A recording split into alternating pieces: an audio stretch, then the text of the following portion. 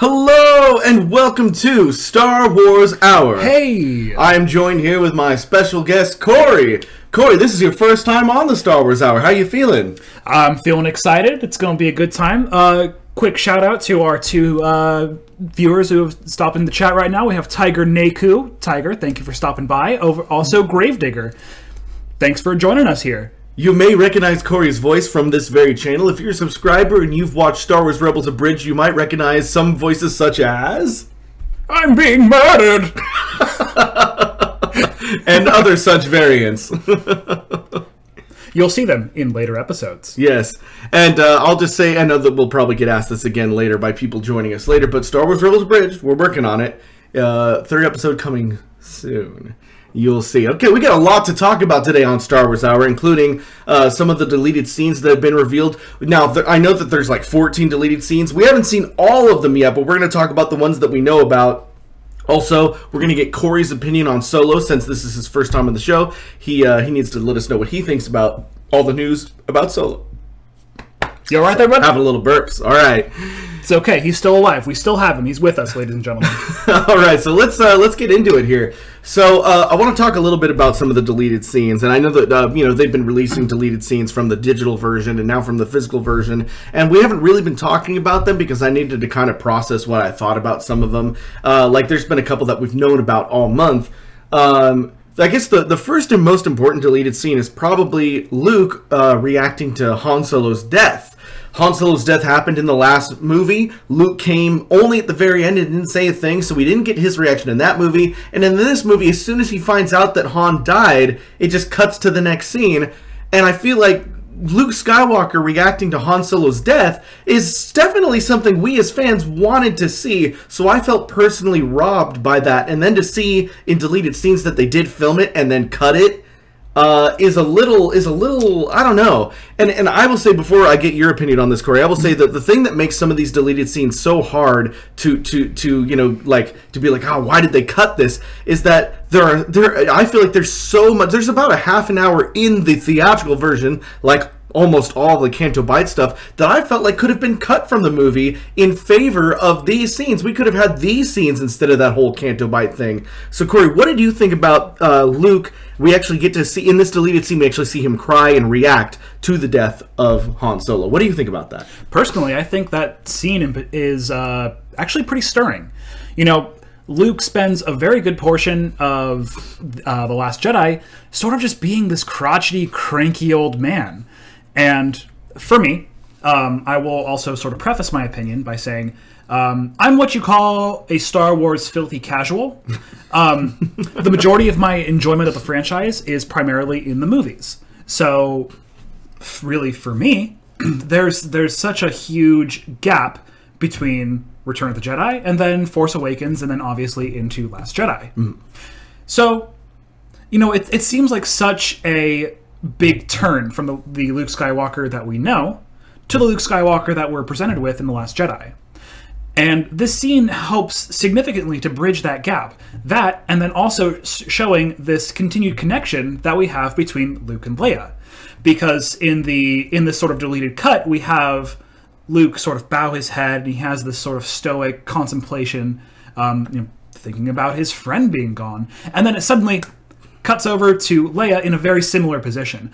And it sort of bridges the gap again of Leia sort of getting her on-screen time to grieve, and then also it keeps that connection with them together because they are two Force-sensitive siblings. Yeah. So, for me, I'm pretty disappointed that wasn't in there, and we didn't get to have that, the more human side of Luke Skywalker, besides being this cranky old man who will not talk about his secrets. This scene, it definitely helps to for the audience's understanding that this whole crotchety old man thing is just kind of an act he's putting on as like a defense mechanism to kind of cloud his emotions over everything, so that he doesn't have to actually deal with things. Yeah. Guess what? He's a human being. But this Han Solo scene is so important, I feel like, because it's like he does it privately and he does have those emotions to his friends, and he feels bad about Han, letting us know that he still deep down really cares about everything. He just doesn't know how much he wants to put out for it, And yeah, you're right.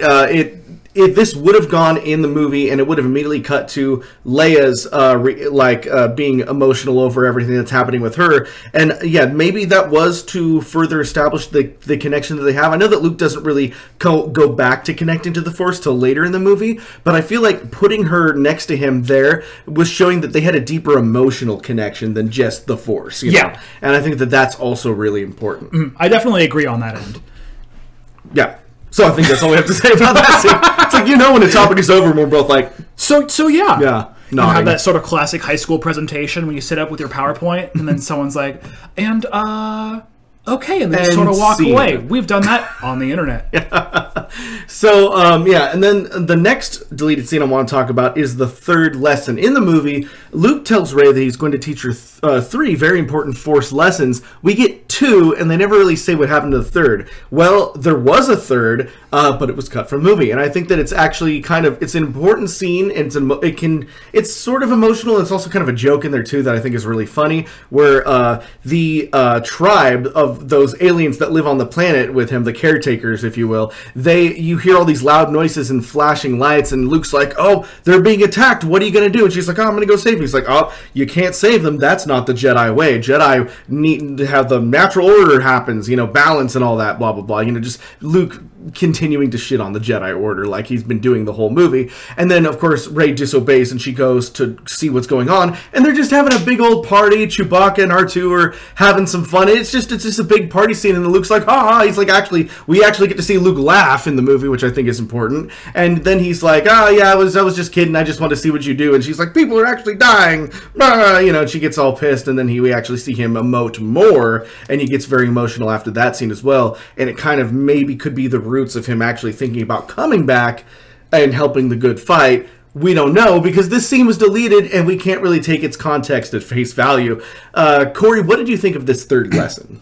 Well, again, I'll have to preface my opinion a little bit. I'm not a huge fan of this sort of trope that comes around in Disney movies, or even like in DreamWorks movies, movies really targeted towards children, where after everything is said and done, we've completed our story arc, and then we have the party scene. I'm not a huge fan of that because...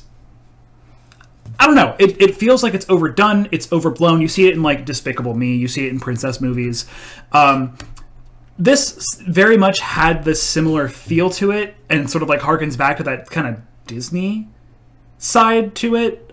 There's a lot of different ways that we could kind of show that the Jedi Order and sort of the way that Rey thinks a Jedi should behave and the way a Jedi actually should behave according to Luke. There's a lot of different ways that we could have shown this without sort of like the Disney party scene.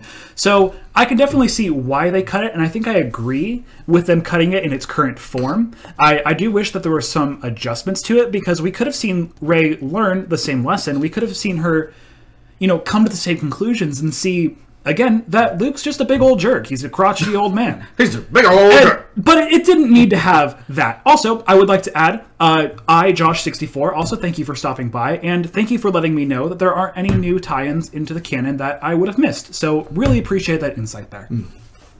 Thank you. All right. That was an interesting opinion on that. I think that there are at least parts of this that could have made it into the movie. Maybe not the entire deleted scene, but I definitely think at least the very end of it, her confronting Luke in that way is important, because we did get that final confrontation between her and Luke when she was ready to leave after he saw her and Kylo together, and I feel like this would have been a better preface to that scene. So I would have appreciated this scene at least in some form, but... it was deleted in favor of a longer Canto Bight scene. Speaking of Canto Bight, there is actually, believe it or not, an extended Canto Bight scene. Just in case you couldn't get enough of Canto Bight, there's more. Why there isn't more deleted Canto Bight, I'll never know. But yeah, that's another deleted scene. Is just more of the horse aliens kind of running around and killing stuff and all that. Are you typing something? Yeah, iJosh64 has the question. This is being fully uploaded, isn't it? This video? Yeah, yes. Of course, yeah. Yes, the whole thing will be fully uploaded, so you are getting a shout out. Whoa! Yeah. Anyways, yes. So So yeah, we don't need more Canto Bight. There's a couple more sort of interesting things. There's that bigger fight between Finn and Phasma that people have been talking about. And even though that's cool, I thought that their fight in the movie was fine. That's not what I want from Phasma. I wanted Phasma to be a bigger part of the story. I wanted more context for who she is, what she's doing there, how did she, survive, the last thing and everything. I wanted more. I wanted her to be an actual character in the story. It's cool that there was more stuff of her fighting Finn, but I really just wanted her to be an actual character. What do you think? Oh, I couldn't agree more on this. I want Phasma to be a character and not a member of Team Rocket. Yeah. Team Rocket just goes blasting off, and they go in their little blink of light, and they just disappear from what was assumed to be a deadly fall, and then they just sort of show back up again. I feel like Phasma kind of did that. She just sort of kicked the door down and was like, guess what, everybody? You thought I died? I'm back, and I have no character development. I never thought of that. She is Team Rocket. Yeah, she's like the Team Rocket of this new trilogy. So I feel like there's just a lot of potential here with a lot of these minor characters that they're sort of just like gliding under the radar, and they have so much potential, and maybe they do in sort of subsidiary or like supplementary products or projects, but I don't know. I feel like they're just missing some really juicy stuff. Yeah. More on extended stuff. There was some more shots of, and this is actually, again, this is the part of the Finn and Rose part that I do like. I don't like any of that Canto Bight stuff. I do like them kind of infiltrating the First Order, and when they're in costume and everything. I think that's great. I could have used these extra scenes. We had some more shots of BB9. I mean, they promoted the hell out of BB9. I bought at least 2 different BB9. He's the black BB-8. Oh, okay. BB9. And casual. I bought pop figures of him. I bought plushes of him. I was like, wow, I can't wait to see the evil BB9. And then he ended up only being in 2 shots of the movie, a total of 5 seconds on screen. I was very disappointed, to say the least. This would have put him in a little bit more and kind of following them a little bit, and I think that that's really cool.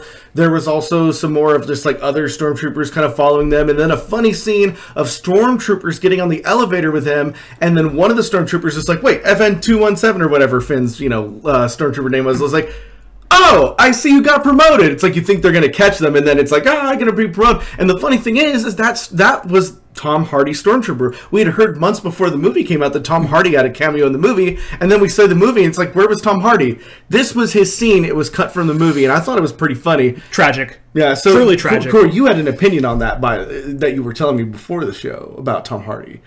You were saying that it was funny, but maybe it's just better as a deleted scene. Yeah. I really think that came down to Tom Hardy's presentation of it.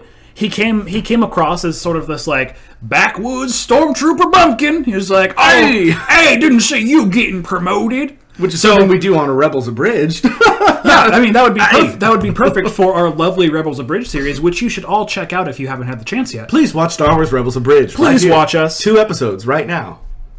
Get it on the ground floor. But especially in the Empire and the First Order, you have a lot of this very posh British accent. Everyone is very proper. Everyone's very and sort of in that proto-fascist sensibility. So to have this sort of like country bumpkin stormtrooper, it's a funny scene, and the scene sort of like preceding it of them going through, I guess what Rian Johnson calls the bean counters, all of these sort of First Order accountants, and this tension builds.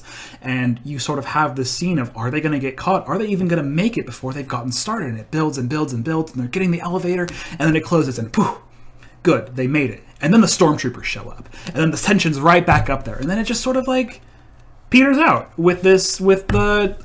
And not to knock Tom Hardy. Tom Hardy is phenomenal. I love him in The Revenant. I love him in Inception. Inception is a wonderful movie. The Revenant is like maybe my favorite role of his. My finger. That being said, The Revenant is not a movie you enjoy. The Revenant is a movie that you endure. But very well. I don't know. It is a great scene, and I feel like it's really great to sort of throw in after you've seen the movie. Yeah. So I think that's all I want to say about deleted scenes. Now I think I might bring up some more deleted scenes. Next week there's just a lot of deleted scenes to talk about, and there's some other things I want to discuss today. So possible discussion on other deleted scenes next week.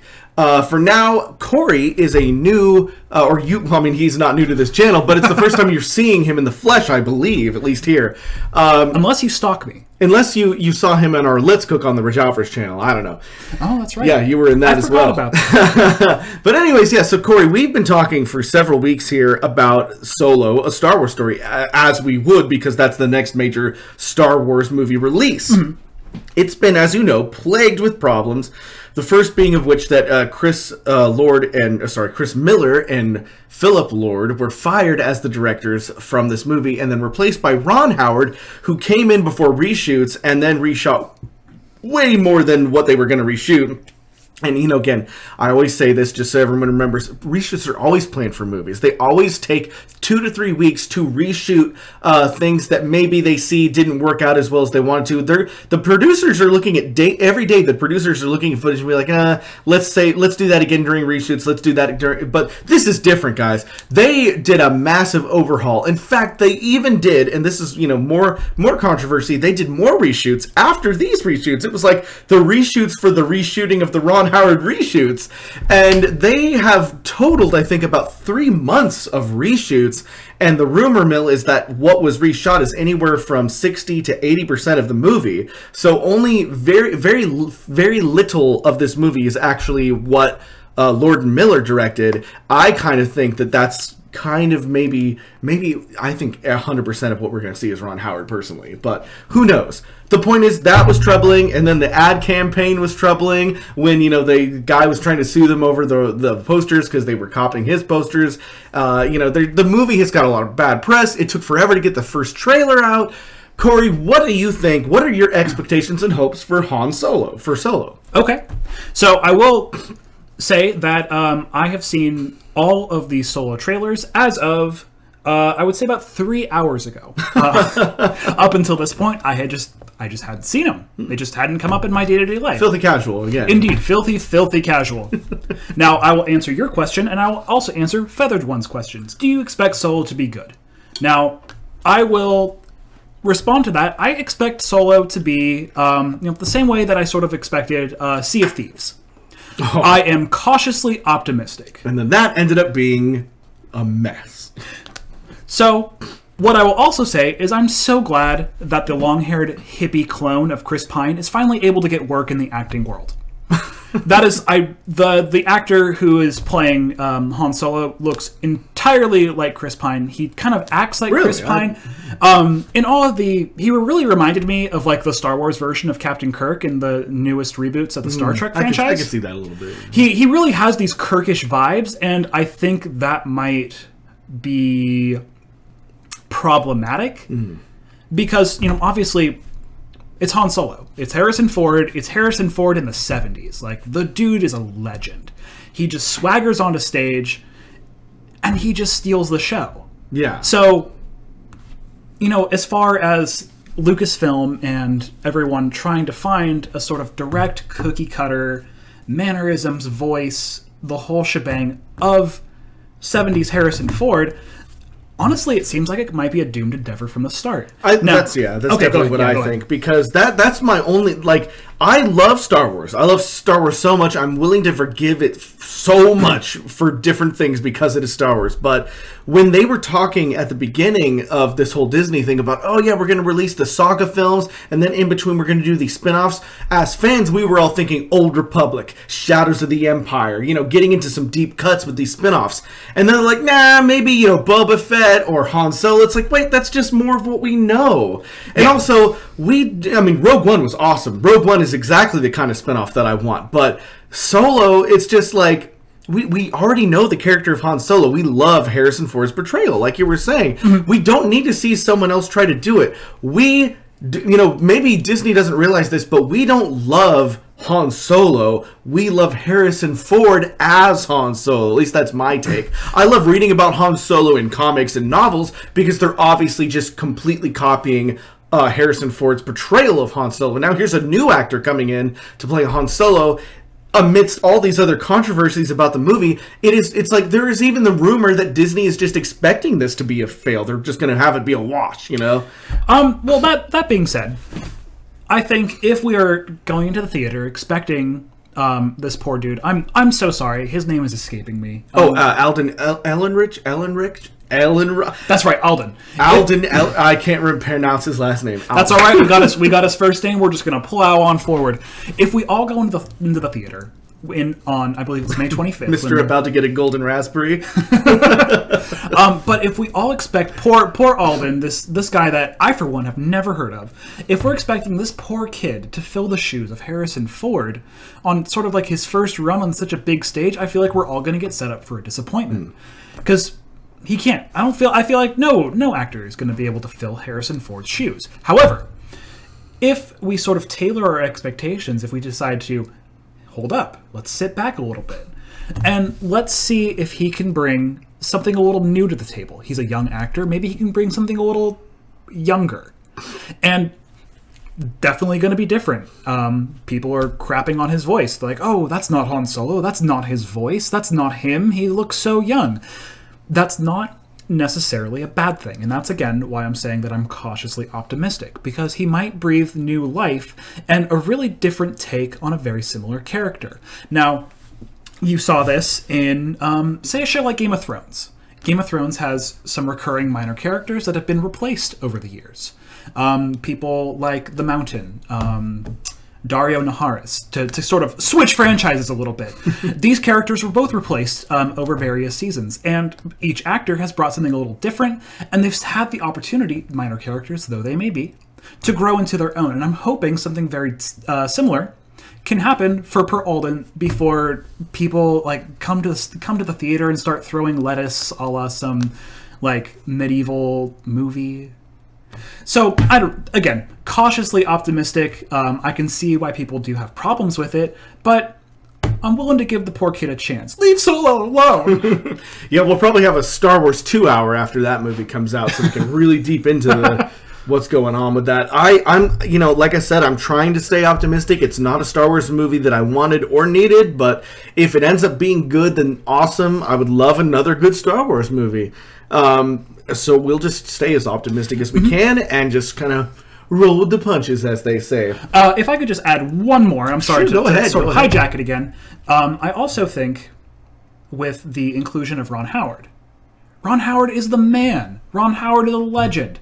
He made Willow. Have you seen Willow? I love Willow. Willow is phenomenal. It is a classic of the late 80s, early 90s. If any of you have not seen Willow, go watch it immediately. It has the great Warwick Davis, one of the great Little People actors, I would say, alongside Vern Troyer and Peter Dinklage. So have some faith in Ron Howard. He's kind of a big deal. He's been around the block a couple times. I feel like he can bring some professionalism to also, it. I think that the bonus, and again, I always say this, like, I'm glad that he's in there now. I wish that he had been on this project since its beginnings, because I feel like if anything's going to drag this movie down, it's because of the casting decisions that Lord and Miller made, because of the production decisions that Lord and Miller made. If Ron Howard had been the director of this project from the get-go, I would have no worries about this movie, probably. Yeah. And because Ron Howard, he's like, you know what he did? Like, I think I talked about this before. Day one on set, he brought George Lucas in, and he's like, all right, how would Han Solo, do the console here? How would he do this?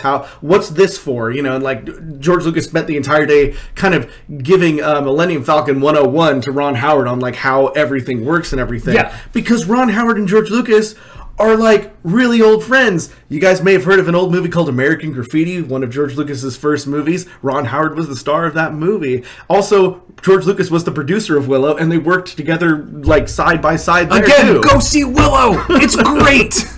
It's like my childhood. And, people say whatever they want about George Lucas, but George Lucas works best when he is behind the camera as a producer, assisting the director on the story. We've seen it in, the first 3 Indiana Jones films. We've seen it in Willow. Anytime that and we've seen it in Empire Strikes Back and Return of the Jedi. Anytime that George Lucas is in that producer role, that's where he excels as a storyteller. He's not so good with the day-to-day with the actors themselves, but he really excels as the storyteller in that producer role. And it was great to have him sort of do that again when Ron Howard took over for Solo. Absolutely. And I think that iJosh64 also brings up a really good point. The thing is, he says, Star Wars fans are the touchiest. And you are absolutely right. Star Wars fans are notoriously hard to please. And you know what? That makes sense. It's such a beloved franchise. It's spanned multiple decades. You know, my dad who's in his 70s, saw the original Star Wars. He was in his 30s. He saw it in theaters. He took my mom to see it. Now, here I am, you know, late 20s. I grew up and saw episode 1, 2, and 3 when I was in like 3rd, 4th, and 5th grade. And now we're here for an entirely new generation. And every generation brings its own standards, its own wants, needs, biases. And it's so hard for one franchise to please such a broad demographic. I mean, we're talking 3, maybe even 4 generations of both domestic and foreign audiences. So that's tough. And Star Wars has done a pretty darn good job of this so far. I mean, you can say what you will about the prequels. They were successful in their own right. They were enjoyable for a child. Yeah, I love the Star Wars prequels, actually. I mean, they're not as good as the original trilogy. My opinion on them compared to the sequel trilogy, well, let's wait for episode 9 before I make that call. But I think that the prequels, although maybe not as strong in the acting department, at least I actually love Ewan McGregor, but, you know, and there are some problems that people have joked about to death, but overall, I still enjoy them very much and can still enjoy them today. Are they the classics the originals are? No, but, you know, and again, I will have a whole discussion about the prequels some other time because that deserves its own little segment. That will be a derail. I will also add it created the best villain in all of the Star Wars universe, Darth Maul, criminally underutilized. And if anyone has played the Star Wars Epic Duels board game that came out very, very briefly during Attack of the Clones, you are also the man. I feel satisfied with Maul's character after both Clone Wars show and Rebels, and you'll see. You know, you make a good point because, again, filthy casual, have not seen Clone Wars, nor have I seen Rebels. But you sure do the voices. But I sure do the voices of Rebels. All right, let's move on to what I'm calling the future of Star Wars. So with everything that's been going on with the sequel trilogy, Rogue One, and now Solo, do you think that the future Star Wars past Episode 9 is really hinging on the success of Han Solo? Do you think if Han Solo proves, because again, critics and fans were kind of 50-50 on The Last Jedi, but as we know, that's a bunch of hoopla because it did make over $1.3 billion, you know? So it made a lot of money. In fact, what you were just saying, it's like the seventh highest grossing domestic film of all time or something. Yeah. Oh no, it didn't do as well as Avatar. Oh no, it didn't do as well as Titanic or The Force Awakens. But still, it made $600 million domestically, in addition to $715 million across foreign markets. Yeah, so it was a huge success, at least financially. Of course, a lot of fans are, you know, divided on it. Do you think that if Solo ends up for some reason being like just as controversial with the fans and doesn't make as much money, let's say Han Solo makes under $700 million globally. Okay. That would be, you know, in Hollywood today, that's average. You know, it does average dollars and gets the same kind of critical response that The Last Jedi did. Do you think that Disney would start to do their whole, like, oh, we're seeing a pattern here, you know, and then they'll finish Episode 9 because they have to, and then would they slow down on Star Wars? Or, you know, like, how much do you think, that's the real question, how much do you think everything is hinging right now? Because Kathleen Kennedy said she was going to announce the next spin-off film at Celebration last year, but then, you know, she didn't because of the controversy that was starting with Han Solo. Do you think that they've already begun to kind of slow down to see what people think about Han Solo before they move on? Okay, well, I'll start by saying this. Currently, Star Wars Land at, I believe it's both Disneyland and Disney World, is still currently under major development. Quite recently, some press photography and some other like guerrilla photography began to appear showing Star Wars Land currently in progress. I think it would be a colossal waste of time and billions of dollars from Disney to basically demolish a good portion of both of their major parks, two of their major cash cows. You know, domestically, two of the biggest theme parks in the nation. To cut so much of those parks to build upon this new franchise that they've acquired, to then sort of dump it within 10 years. I feel like that's not Disney's style. For them to have invested as much as they have, I really think that they're in it for the long haul. And maybe if Solo doesn't have the same commercial success as the other two movies, and Rogue One. Rogue One, by the way, I would say one of the best Star Wars movies ever made, alongside Return of the Jedi. It might mean they might slow down on the sort of a Star Wars story movies. We might not have as many Rogue Ones. We might not have many Solos. Maybe they're going to bring it back to the drawing board and tool it, tailor it. Maybe let it sink down, let the embers burn out on the ire that is Solo, hypothetical, of course. And then they might come back to it with an augmented product. Or, excuse me, they might just get rid of it altogether. But I don't think they're going to get rid of Star Wars. No. The Star Wars as an IP is just, like, that's just gold. Do you think that they'll, there's been like, oh, are they going to, after they're done with 7, 8, and 9, which is the sequel trilogy, how much longer do you think they'll wait before they get into 10, 11, 12? Do you think that that's going to be like, oh, they'll space it out again like they have in the past? Like, we'll wait 10 years before episode 10? Or do you think that Disney's going to do something like just within a few years? See, that's difficult to say because Disney runs a very different ship than we've seen previously with like 20th Century Fox.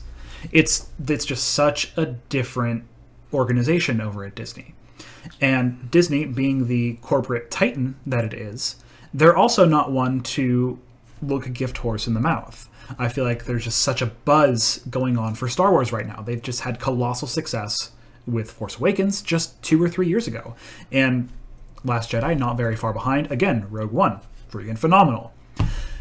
I think it would be detrimental for them to wait anything more than like 2, 3, 4, maybe even 5 years after the end of Episode 9 to begin Episode 10. Because then their product, the product they paid $4 billion for, fades under the Yeah, I definitely think so. I think that they're going to want to do it longer or shorter than what a lot of people have been predicting because they're trying to make Star Wars as big of a, it is in terms of box office as big as like Marvel, but Marvel has this great future because we're even getting, just Black Panther a couple months ago is already beating records. Infinity War in a couple months is sure to break more records, and they're pumping out 3, 4 Marvel movies a year now in 1 year. Yeah. And people are complaining that, oh, we're going to get a Star Wars movie every year. It's like, guys, 3 to 4 Marvel movies. That's what Disney's trying to match with, and they own Marvel too, but they're trying to match Star Wars with Marvel. So that's what I'm saying. I think that the problem is, and this goes for the video games, as we've said on Video Game Talk as well, we just need more Star Wars content. It's not like Han Solo, and everybody doesn't believe, like, oh, the reason why Han Solo is bad is because they're making too many Star Wars movies. Phooey.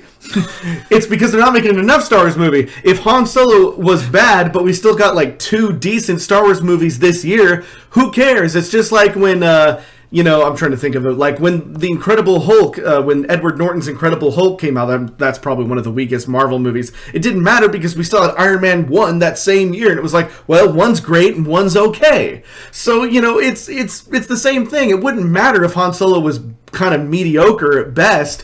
If we had, like, Shadows of the Empire, the movie, just saying, later in the year, You can just see the hopeful eyes on this one. He's like, Dash Rendar, please. I know. I've been dying. Actually, what I really want is, now that Filoni's done with Rebels, I would really like to see a Shadows of the Empire show. That's what I really want. But movie 2 doesn't matter. I just want Dash Rendar to be a confirmed new canon character. Please. All right. So anyways, doesn't matter. I'm just saying we need more Star Wars movies. That reducing is not the answer. When you've got that much money on the line, you don't want to, trickle back. Forget Solo, forget Boba Fett, forget all this crap. Let's go back to Old Republic. Let's go back and tell the story of Dash Rendar. There's so many other Star Wars stories to tell. I guess they are kind of, if you think about it, besides what we're complaining about now, it would seem that they have the potential to triple down because they've hired the Game of Thrones guys to make a trilogy. Rian Johnson has started a new trilogy. Yep. They've got like 10 or so new Star Wars films on the horizon, along with the show that's coming out for Disney's streaming service, the one that's being produced by Jon Favreau. and then whatever Filoni's new cartoon is. So actually, Star Wars potentially has a very bright future. I just thought the reason why I brought it before is because I feel like it's potentially the potential is that all of that could go away if Han Solo doesn't do very well.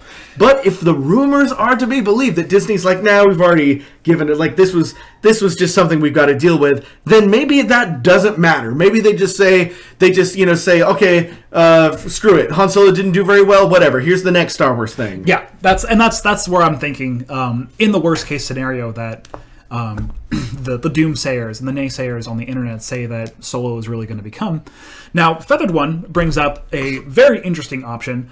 Says, I think they're probably going to be at least one prequel movie in the current trilogy coming out because they need to explain Snoke and how the First Order happened somehow. Yeah. I think a Snoke movie would be so cool. I feel like if done right, yes. Yes, indeed. If done right. There's so much potential. Being able to utilize villains way more. Dude, I'm so sorry. I just keep jumping over and you have all these crucial points. No, continue. You finish your thought. I have something. I'll hold. Okay. You hold on, let it burst and bubble inside you. I feel like having movies centered around the villains more. And I suppose we had that to an extent with Star Wars episodes 1, 2, and 3. It was the rise of Darth Vader. But did we though? I don't really think. I mean, it kind of shows up in episode 3 when Hayden Christensen is overwhelmed. Yeah. With his overwhelming acting talent. But that's really it. I saw Feathered One put that in about Snoke, and I got super jazzed. I was like, that would be really cool. All right, Rich, it's all you. Go! This kind of brings up the point that I've been making since The Force Awakens came out. I think that it's great that Disney bought Lucasfilm and in turn Star Wars, and they've continued the story.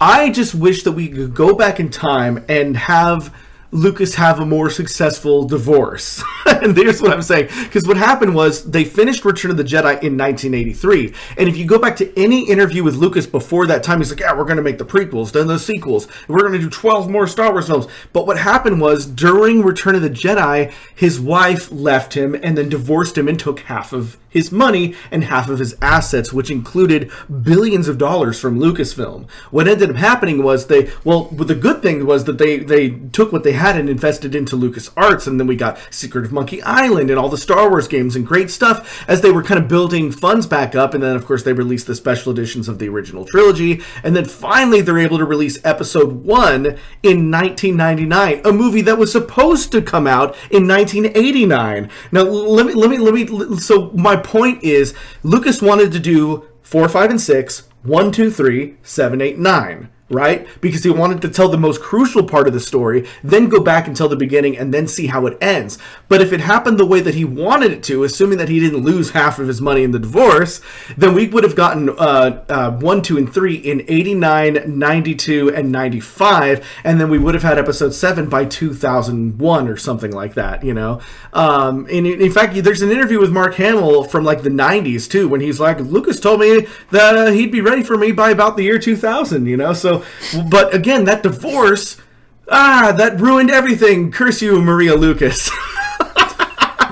How dare you not stay with George? Curse you, family divorce law in California. You've robbed a generation. So there's a whole thing to be said about alimony and all that. We're not going to get into that. This is neither the time nor the place, Rich. But my point is, okay, well, here's my bigger point with that. Okay, sorry, I just make the jokes, and then all that really happened though. But the point is, I wish that we had gotten the prequels starting in the late 80s, and then started the sequel trilogy under George Lucasfilm back in 2001, 2002, around the same time when the prequels actually happened, because then I think we would have gotten that 20 years later 40-year-old Luke that we really wanted. Yeah. And then Lucas could have told his story of Mara Jade and how that whole thing, basically what we eventually got in the comics, which is what was supposed to happen. But instead, because they waited so long, 40 years, now we have to, it's like, well, what do we do now? Oh, I guess Luke is this crotchety old hermit. I guess this and that, it's like they, here's Rey and all this stuff. They have to kind of come up with all this stuff because it's been so long that Han, Luke, and Leia can't be the center of attention anymore. Yeah. So I think, to me, the biggest mistake of the sequel trilogy is that it didn't happen 20 years ago. Which is crazy. You actually bring up a good point, because so much of the criticism of the prequel trilogy is sort of how out of touch it was with sort of what was happening in 1999, especially moving up into a post 9/11 world.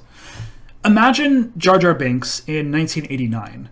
People would have lost their minds. People would have loved Jar Jar. Yeah, because he probably would have been a practical puppet guy. Yeah, practical puppet, and he still would have done his goofy hijinks. People would have loved it. Like that was the time when practical makeup and practical costuming was coming in. People loved the Power Rangers. People loved Barney. It would have come up in the exact same time. So, you know, Rich, you do bring up a good point. If it had come out around in Lucas's original timeline, I feel like so many of the sins of episode 1 through 3 would have been so much more at home. Yeah. And just the world just outgrew it. And if people were more accepting of the character of Jar Jar Binks, then they would have been able to do the entire character arc like they were supposed to, where he does become the bad guy, or it's revealed he was the bad guy the whole time. Canon now, by the way, according to George Lucas. Really? Yeah. So he pulled a J.K. Rowling. No, I mean, that, if you go, like, he has his old notes, he's like, and people have done fantastic videos where they show episode 1, and so, like, his kind of, like, he does these, like, little things where he's, like, looks like he might be using the Force here and there. It's almost painfully obvious now that they were going to build him up to be, like, there's a Shakespearean word for it, when somebody acts like a fool, but they're really the villain the whole time. Mm. I can't remember what it is, but that's what that was. Yeah. So, like, when you're reading, I have Shakespeare's Star Wars, by the way, you know, which is... it's Star Wars written as if it was Shakespeare. Yeah. And on Lucas's blessing, we get the inner monologues of Jar Jar. Like, he's like, whoa, me said this and that. And then it goes and he turns towards the audience and he's like, what I really want to do. And, like, he does all these, like, soliloquies and stuff where he talks about his evil plans and everything. It's great. Because that was apparently the original plan, was for him to be this villain. But when everyone's like, Jar Jar, he's the worst, Lucas got cold feet and he's like, I better back off of this, you know? Yeah, but that being said, I personally have a problem when writers come back and just sort of like try to retcon their work. J.K. Rowling. I do hate it when J.K. Rowling does that. Infamous for this. She just every 5 years or so she wants to be relevant again, and she just like kicks open the door of our culture and is like, "Hey, Harry Potter was actually blonde," and everyone loses their mind. The internet blows up, and it's funny because I talk about this all the time too, and I always say the same thing. It's like, is she doing this just to get attention? Like, because she can't come up with another great book, she's just like, Hagrid was a dog the whole time. Hagrid was actually a schnauzer. Yeah, schnauzer. So, for me, like it's kind of disappointing that George Lucas is sort of guilty of the same thing. Like, sort of, yeah. It was cut and written for a reason. Just let the work stand as what it is, and whatever anything else you want to change with it, just let the work stand. Just let it be. But going back to my point of the whole thing, what do you think about 40-year-old Luke actually being able to see him build the temple, actually starting this whole thing, and then maybe at the end of episode 9, we see, like, Kylo Ren go to the dark side, and then essentially 7, 8, and 9 that we know today would have been 10, 11, 12. Because I feel like there's so much of a big gap. With the Star Wars prequels, we have maybe a 17-year gap between episodes 3 and 4, but it doesn't seem like that long, especially now that we have, you know, Clone Wars and Rebels and everything. Yeah. It seems like we pretty much know what goes on between 1 to 6, but then there's this 35-year gap between episodes 6 and 7, and no context in between, and they're like, oh, it doesn't matter if we don't know who Snoke is, because when you first saw Palpatine in episode 6, you didn't know the Emperor's backstory. Well, phooey on you, because that's why we have the prequels, because we wanted that backstory. So now, because you've gone from 6 to 7 with no context in between, you didn't allow for us to know his backstory. So going back to the Feather One's original question, yes, it would be cool to have a prequel movie where we actually get to see his backstory. Sorry, that was a 15-minute answer to your one-sentence question. We got there, slowly but surely. So, just to tie it all together, put a nice little bow on it, we can make Snoke one of two villains. We can either make Snoke A, Palpatine, or we can make Snoke a Phasma. I feel like that sort of ties in with what we've already been talking about. Palpatine, great, we have so much development. Phasma's not, because she's not. So, we have an opportunity. I would like to see them explore that, and really go more towards the Palpatine side of things. Yeah. So, let's see. Do we have any other questions? Hockey Song says, I'm guessing the prequel will be called 6.5. That would be not so good, I think. But that's just dirty. For example, if Dave Filoni makes an awesome show that takes place in between the two timelines, that's cool. Or, the upcoming, Star Wars live-action show could take place between 6 and 7. And also, I know that some people are like, but like... But I really enjoyed CGI Tarkin in Rogue One, and that technology is only going to be getting better, guys. Yeah. If we can get a realistic, and they kind of actually did this at the end of Episode 8, because they did make Mark Hamill look a little bit older when he was the hologram version of himself. If we can get a 40-year-old looking Luke to kind of tell some of these stories, the stories that we want to be told, then I'm all for that CGI. I don't know why everyone's all like, "My Uncanny Valley." But just to, I definitely have. There's some good points in there, and I agree with a bit of it. But I also wanted to touch on Ganon136 just popped in. What up, Ganon136? Thanks for stopping by. He actually brings up a good question that we were just talking about before we ended up going live. What do you guys think about the rumored open world game in development by EA Vancouver? Totally we were just talking about this. So if any of you aren't aware, I believe GameSpot was the first one to pick it up, and this has actually exploded across the internet, even as far as like the Rolling Stone. Apparently, and I ended up looking this up, and everything appears to be legit. On EA's website, under their careers page on the Vancouver campus, there is a job opening that specifically mentions wanting I believe it's a lead design engineer, I believe. Don't quote me on it. It's some sort of lead engineer to head up a Star Wars open world game. And it even says there on the job posting, Star Wars open world game. See, the funny thing is, and I've actually applied for a lot of positions, kind of like this. Not like mostly, I've applied to places like IGN for like video production stuff and stuff like that. Usually, they kind of keep these things really vague and don't tell you everything because they don't want any information to leak.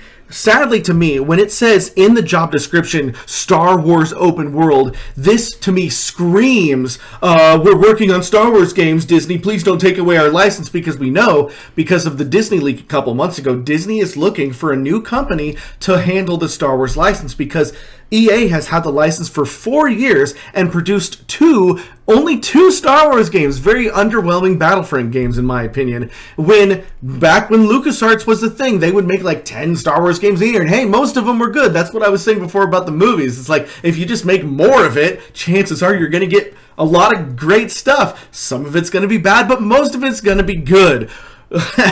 So anyways, this is what I'm saying. I think that this is just another example. They've done a few things lately where they're like, oh, we're going to work on this third-person shooter. Oh, we're going to be doing this. This is like, yeah, look, we're hiring people for an open-world Star Wars game. This is them just trying to prove to Disney that they are working on other Star Wars properties so that Disney will be like, oh, I guess EA is working on other stuff. I don't think it's going to work. I think that, we've yet to hear the official word on what Disney is doing with the Star Wars license. I strongly feel by E3 or at E3 this year, Disney representatives are going to let us know what is going on with that license, and I would put money that Activision gets the license, because they were the ones in the leak. Activision was the one that was rumored to take the license. And what's interesting is, since Activision and Blizzard are the same company, yep, that's where I was just going to go with it. It would be very interesting to see the boys at Blizzard make a Star Wars game. So I'm all for that. Of course, you guys know that I would really like Bethesda to make a Star Wars game, but it doesn't look like they're in the running for the license for some reason. Anyways, yeah, so it looks like Activision will probably get the license. This, to me, I don't think EA is going to make this open world game. I think that this is just a false flag, red flag, whatever you want to call it, just to kind of put that out in the ether, so that gives and they've been doing a lot of this stuff lately, trying to be like, yeah, we're working on this stuff. It's not going to work, guys. EA, you're through. Get your bags, get out on the street, get out of here. You're banished. Yeah, so I don't think it'll add up to anything personally. Once again, cautiously optimistic. I love me any kind of. It's promising. Open world Star Wars game could be kind of cool. Could be EA shoving shoving microtransactions down our throats. I can speak, I swear. Ganon136 also brings up another question. What are your thoughts on Laura Dern saying Holdo is Force sensitive? Isn't it a little crazy that there's any canonical evidence to show this between Leia, Princess of Alderaan, and The Last Jedi? Well, I mean, I feel like it's such a negligible detail. If she wanted to bring that to the character and say, kind of came into the interactions, actors bring all kinds of nuance and minutia to a performance. If she wanted to come into it saying, yeah, Holdo is Force sensitive, you know what? More power to you. It didn't affect the plot, didn't really do anything, but it could just be like a nice little tidbit. Yeah, I think it's just wishful thinking on her own part. All right, we got one more question from Hockey Song, and I think this is the last question I'm going to answer tonight. Yeah. He says, if you were given the chance of making an anthology film, what would the film be about? I had to look under the mic. Corey, I'm going to let you answer that first. Is there anything in Star Wars lore that you'd like them to make a movie about? Again, growing up in the 90s and popping into the early 2000s, you might be aware of a little studio called BioWare. And BioWare brought to us a glorious, wonderful, ooey gooey universe from Star Wars called The Old Republic. I would love to see them go into some of the older, grittier stuff with The Old Republic. There's so many different cool places. There's Korriban, Manan, going into like Dantooine. There's all these places that we've potentially heard about. Also Kashyyyk. So would you want a Star Wars movie that is the story from Knights of the Old Republic, or would you just want any movie told in the Old Republic? I don't think that going to Knights of the Old Republic would be the right idea because, again, that's such huge shoes to fill. And taking a 40, 50, 60-hour RPG and trying to fit it into a 2.5-hour movie is just... It's, again, going to be doomed from the start. I would like to maybe see them touch on it. Maybe reference the legacy of Revan. Maybe the Starforge? Maybe, reference the Starforge and sort of, the lasting consequences of that being reactivated. But... there's so much there. There are so many stories to tell in the Old Republic. I really wish they'd just make a series out of it. But as far as Knights of the Old Republic goes, what I really want from Knights of the Old Republic is just a remake of the game. Yes. For Christ's sake. Give it new graphics. Sorry, I just... These fucking developers. Be strong. Be strong for the viewers. All right, so my answer to the question is, you guessed it, Shadows of the Empire. It's the best Star Wars story ever told. He's nothing if not consistent. If I was in charge of one of these spin-off movies, I would find a way to do it. And again, CGI characters, guys, it's not a sin. We can have CGI, 30-year-old Han, Luke, and Leia, and have Dash Rendar in there being a badass, taking care of Princess Zizor and the Black Sun, and do the swoop bikes, and all that jazz. It'll be a lot of fun. You know what a lot else? of popcorn. You know what else would be really cool? What? Going into the Hutts. The Hutts are, infamous scum and villainy. Their empires, stretch across the Outer Rim. We would have seen a lot of that if we actually got that 1313 game, which was all about the Star Wars underworld. And then, before Lucas sold Star Wars to Disney, there was a previous live-action show called Star Wars Underworld in development that was going to coincide with that. The Hutts were going to be very involved, but I agree with you, yes. There, again, there's this great villain. No, I guess the Hutt cartel we'll say is one singular villain that's sort of around. I mean, we obviously see Jabba. And so in some of the literature that sort of came around during episode 1, they sort of reference other Hutts. But going more into the Rogue One way, where we sort of veer off from this grand space opera of the Jedi versus whoever the Jedi are fighting, and go more into just the real world, day-to-day galaxy living. Going in and seeing the Rebel Alliance as something different. Let's see, Hockey Song. I would do a film where it takes place after Revenge of the Sith, or a Jedi is under the protection of a senator. I don't know what to do. I mean, would it come across as that Kevin Costner movie, The Bodyguard? Or is it be more like The Odd Couple? He's a Jedi, I'm a senator! I like politics, I like lifting things! And they have a fun and zany relationship. becomes buddy cop. If it goes more into like a sort of gritty, more political side, that could be interesting. I don't know. I feel like the world needs that fan fiction. Hockey Song, write the fan fiction, give us the treatment, send it to us, we'll read it. I studied creative writing in college.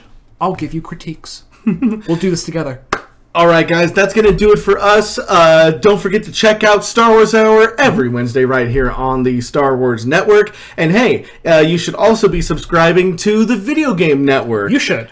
Because that's another channel that we do, and we're about to release some awesome stuff there. We've been doing some streams on there as well. Don't forget to do that. And you just follow everything we do. Pretty soon we'll have a new Rebels Abridged. Not really sure when, but it's coming soon. We're working on it. All right, guys, thank you so much for watching. Goodbye. Bye-bye.